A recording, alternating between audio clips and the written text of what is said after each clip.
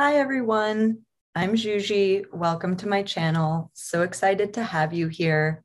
This is a space for anyone and everyone who's looking to explore self-development and relationships through the human design system.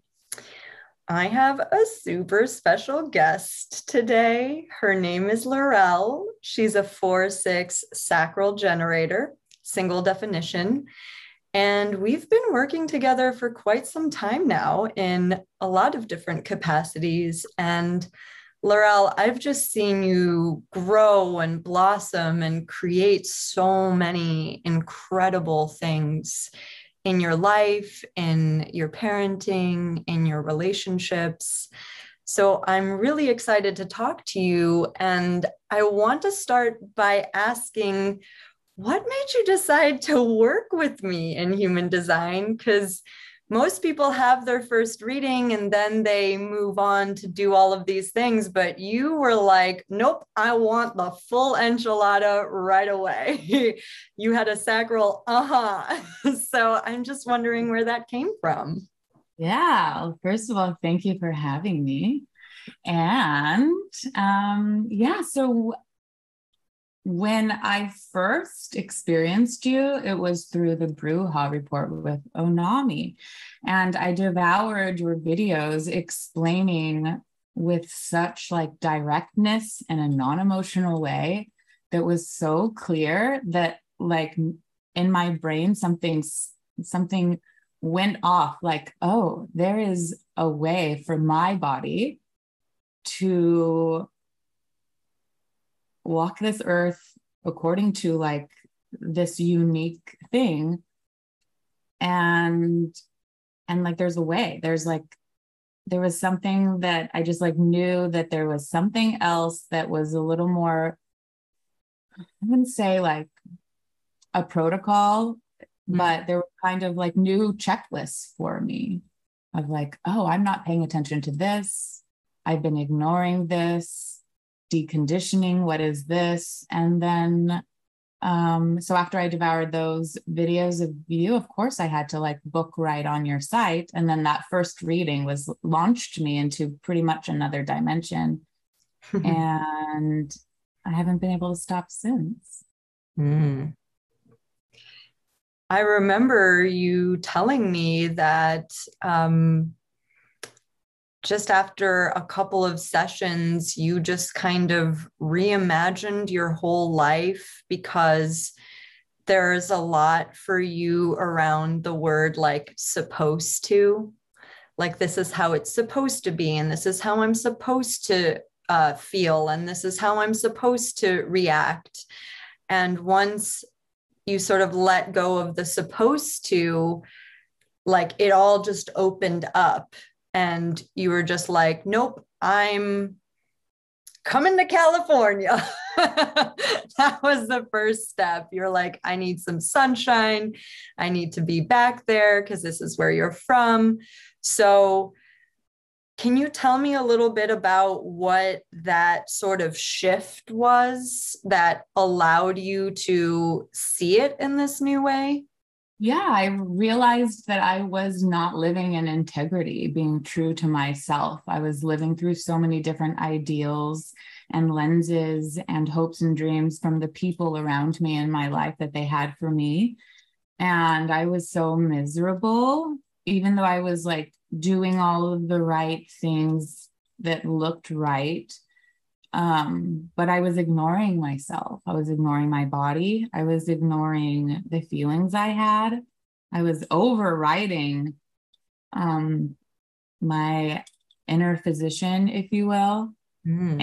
And I knew that I was, but I didn't know how to get, like, I could say the word integrity for days, but the reality was I wanted to be honest with myself. So when I got a little hit of something, I really started trying to honor it, like as a practice.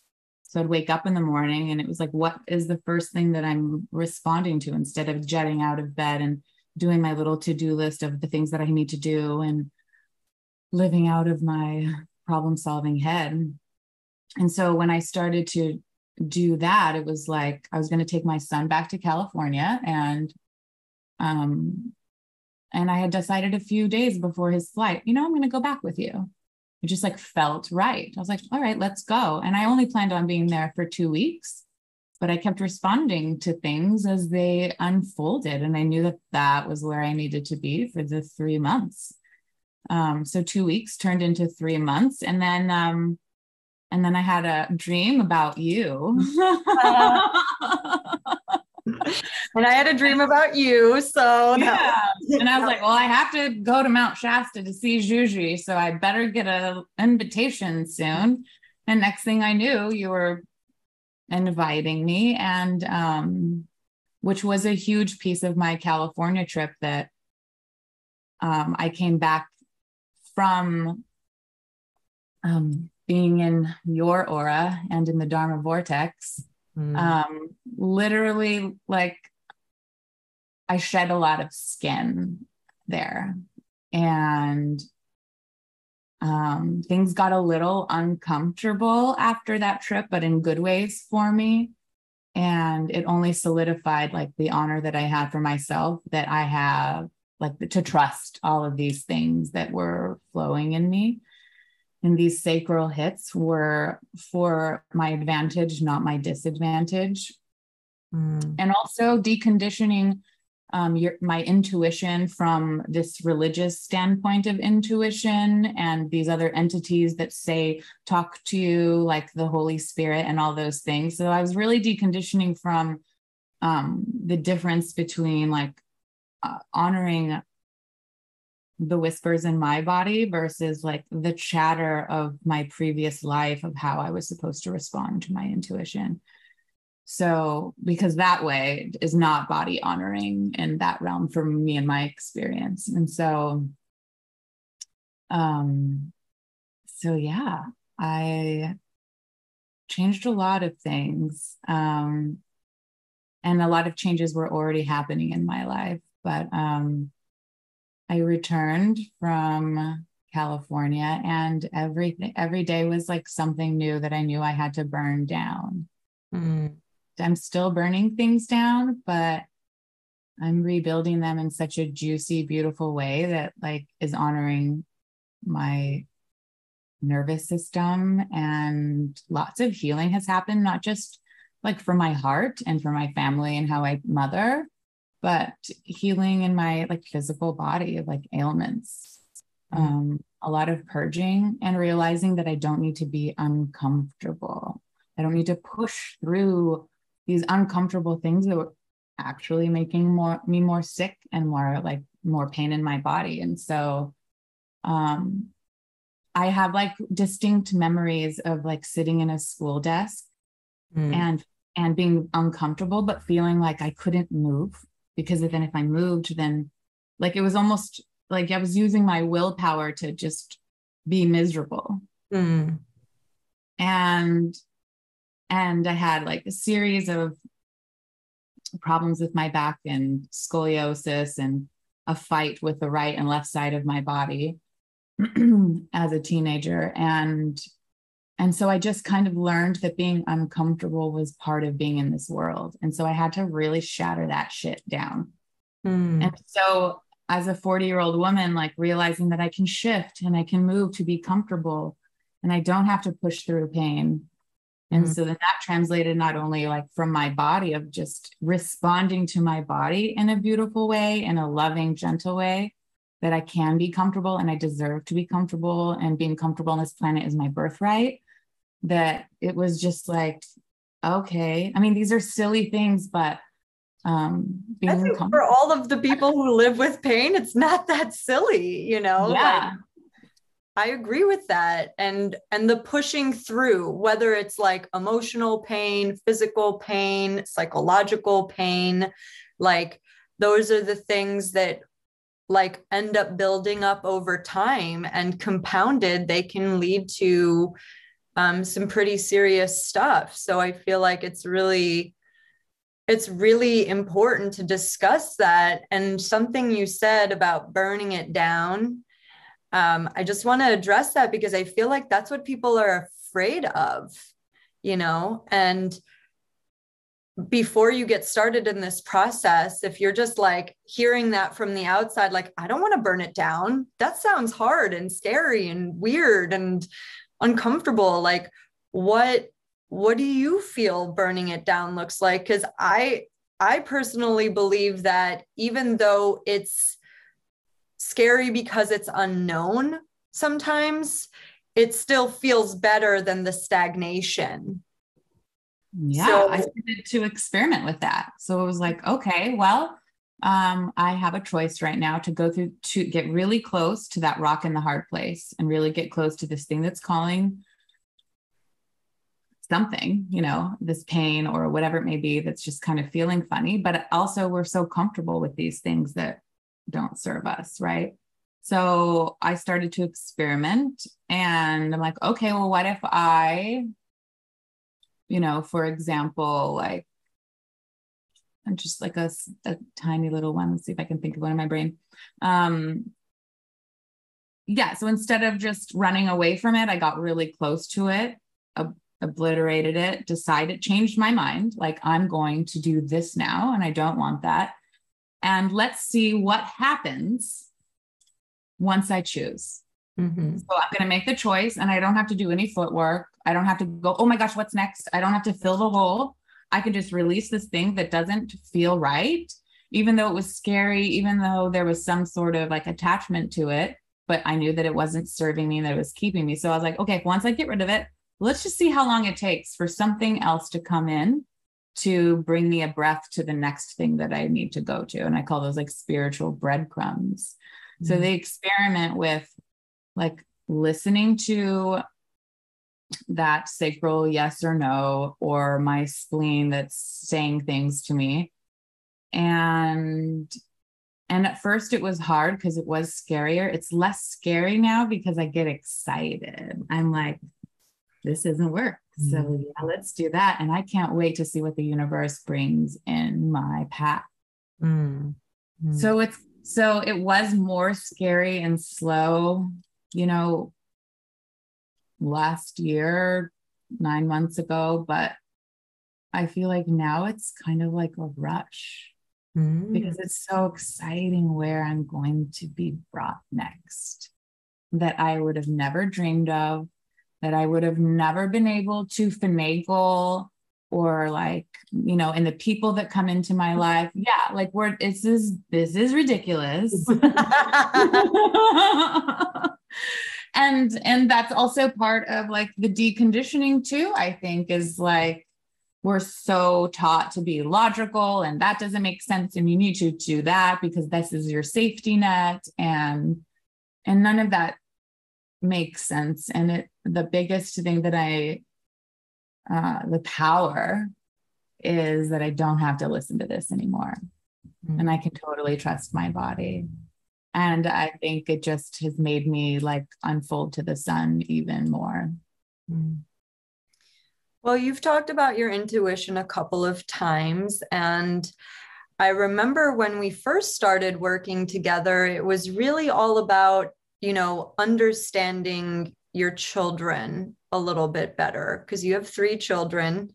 They're all a different aura type than you. And there was a lot of stuff that you already intuitively knew about what it was that they needed. So with that, your spleen is so hooked up that it was just so obvious to you what they needed. But what I feel like was new for you is what you needed in relation to them in order to be, your most authentic self as a mom. So yeah, I was a mother. Yeah, I felt like the more that I didn't honor myself and put energy into my children, that I would be a good mom, right? And I'd be a good woman. And the more, like the more less selfish I was, and just kind of, drudged through it, bleeding out, giving every moment. Like I thought that was being a good mother. And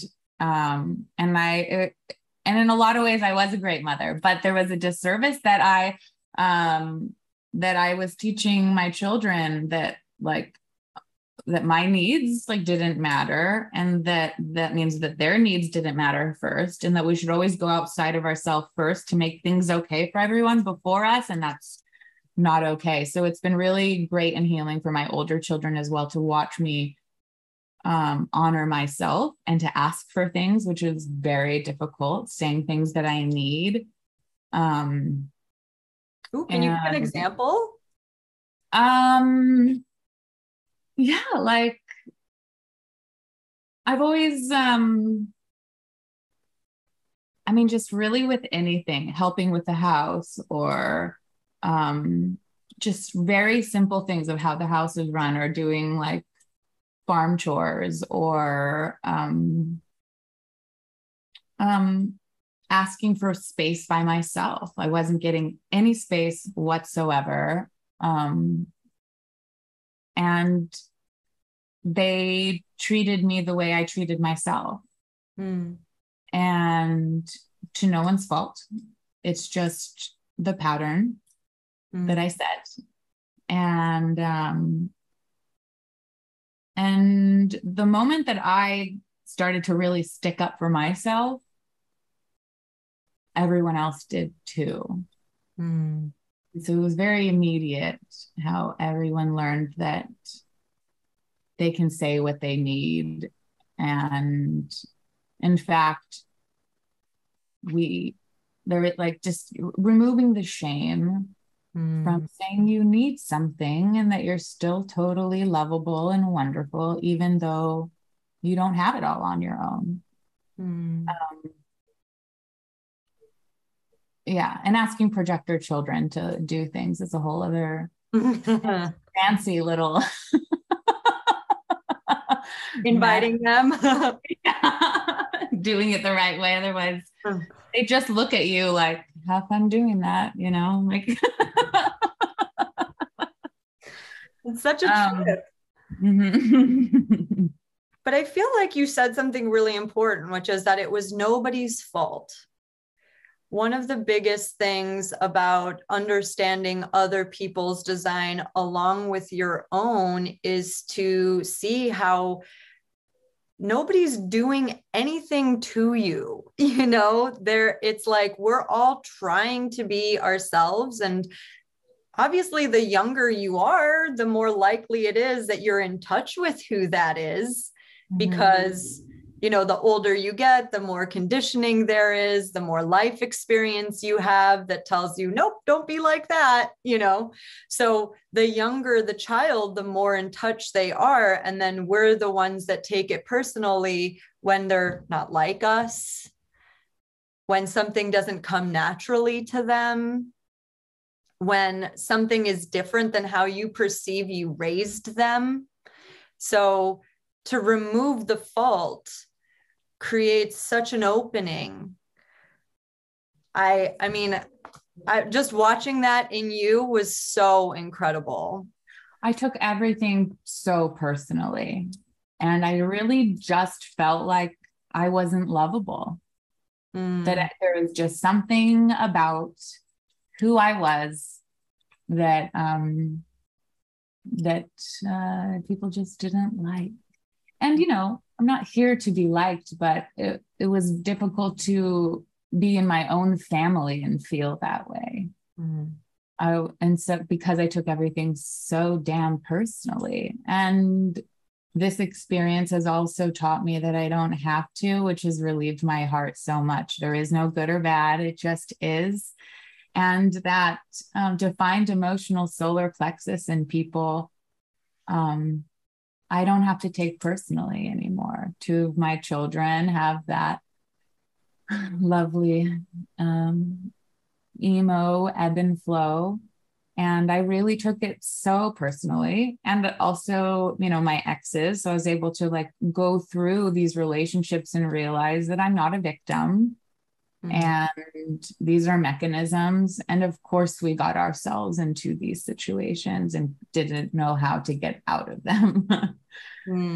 So it's actually healed my relationship with my exes to be able to like talk about it all now, and which is very healing.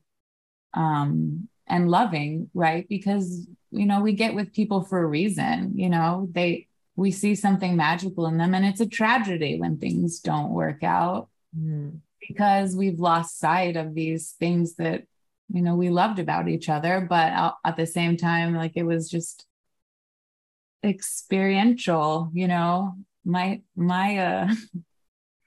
I've been doing a lot of trial and error for sure. And I think a lot of it was like, well, I have to do this because I have to figure it out and get the data, which also helped me not take things so personally, but also just allowed myself to not be so hard on myself.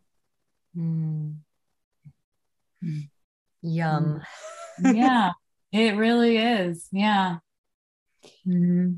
I do feel like something that helps us let go of romantic partner shame is understanding things that happened with our parents, like watching their dynamic through the charts and seeing like the role that we played in their partnership and whatever else. Like, I know that that was a big part of your release.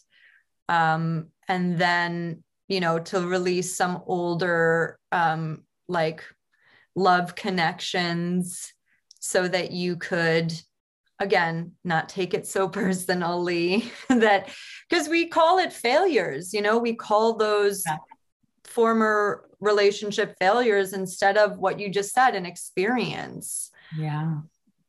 So what do you feel was, like, what are these moving parts and how do they fit into who you are now and how you can show up in a relationship? Yeah. So I have always, deep connections with these relationships that I have, but sustaining them was difficult. I always felt rejection in some sort of way, they're taking things personal, being very sensitive, and then also feeling not good enough. So I had a habit of like getting, enjoying somebody and then taking space and then going back to them, and kind of this back and forth thing. There was never even a fight. It was just kind of, I couldn't stay and figure it out. I'm a runner. So I would just like, this feels weird, I gotta go. And then, we, get back together again, and etc. And I always felt like I had to do work on myself in order to be in this relationship. So I'd go and do my work, and then I'd come back and say, look at me. Am I lovable now? Like, can you commit to me now? Because I did all this work. Do you see how bright and shiny I am now? Will you love me now? And it was just not these patterns that I kept doing until I realized that I was just what I wanted and what I was allowing. What I wanted, I didn't think that I could get because I wasn't XYZ. And so I had to burn that. And once I realized I can get this thing, and I feel it and I see it and I taste it, I knew what I had to just close some doors, because energetically it wouldn't happen. So I ended these relationships in very loving ways. And I was set free, and man, it felt really, really good. I have chills. That's such a big deal. And I called in exactly what I wanted. And yeah, he came. So yeah. You're so casual about it. Yeah, I called him in and he came. Yeah, it's like it happened. It was so easy, much faster, and it is so easy once the release happens. Once you have identified and pinpointed the ways in which your patterns weren't serving you, it's like people think it's going to take forever, and I don't feel that it has to. So like watching this unfold for you has been so incredible. It's just so yummy. But it's also been so nice for you to like witness it. because you get it, you hold space for it. But there's something also really incredible about what you offer, about we all need a witness when we go into those dark places unknown. And you're like, you're doing it, keep going. Mm-hmm. And so that's been really incredible. So thank you for that. You're so and it's also not to say that you don't have those feelings creep in again. I mean, last month I had those feelings again of like, I'm not lovable and I'm going to be abandoned. And really, I was just dealing with my lover's emotional wave. Mm-hmm. You know, a triply split and an emotional wave that just needs time. Mm-hmm. And that time so I was reflecting when I was experiencing that or kind of similar previously, I just like felt like I was thrashing and spinning out, and because I was just open to all of these things and I could feel something was going on, but my mind decided to give it a story that had something to do with me. And so while I was like thrashing about last month, I realized, I was like, oh, this has nothing to do with me. I really need to trust this instead of fuck it up right now. Because that's what we do, right? We're feeling insecure and we'll da-da-da-da-da-da. Mm-hmm. And it's like, no. I know what this is. And I can know what it is without knowing the story, but I can just know the feeling that what's occurring. Mm-hmm. And that was really beautiful, but also a really beautiful gift to the lover, because he didn't get in trouble or like this because I could see that I felt like that has also been something that maybe perhaps has been put on him just for existing. So when you even think about that, like we have these, you know, we each have our own little mechanism going on, but how often are we punishing people for what is? And that's got to be rough. Mm-hmm. And confusing. Well, you're describing something that I feel is so powerful about this system is like, I want you to get to a point where you don't need me anymore because you're self-sourced enough to know that when this is going crazy, you can pause, you can check in, you can know what it is that's going on because you see all of the moving parts. You can stop blaming and shaming other people.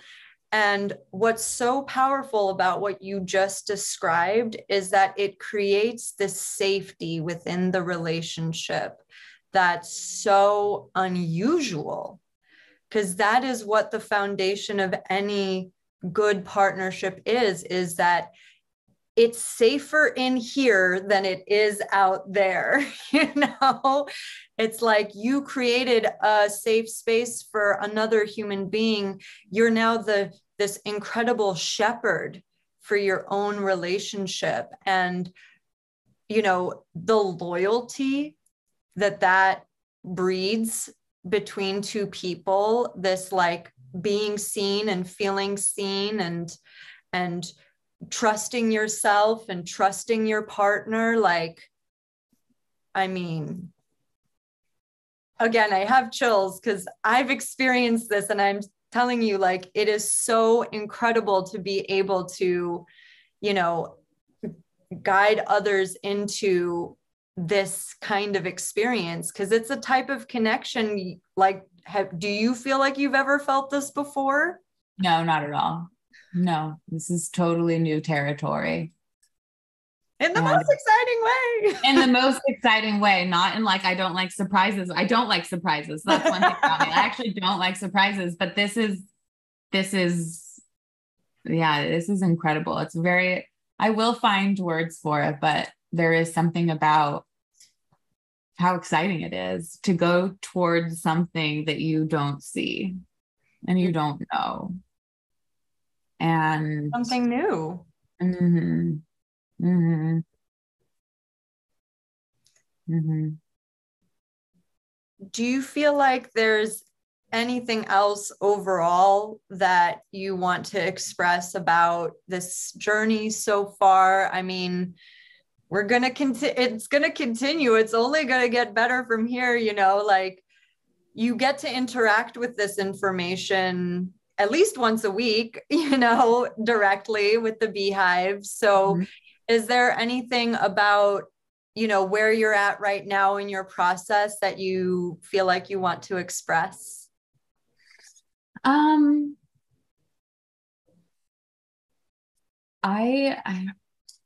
I just I don't know, I'm really in love with myself.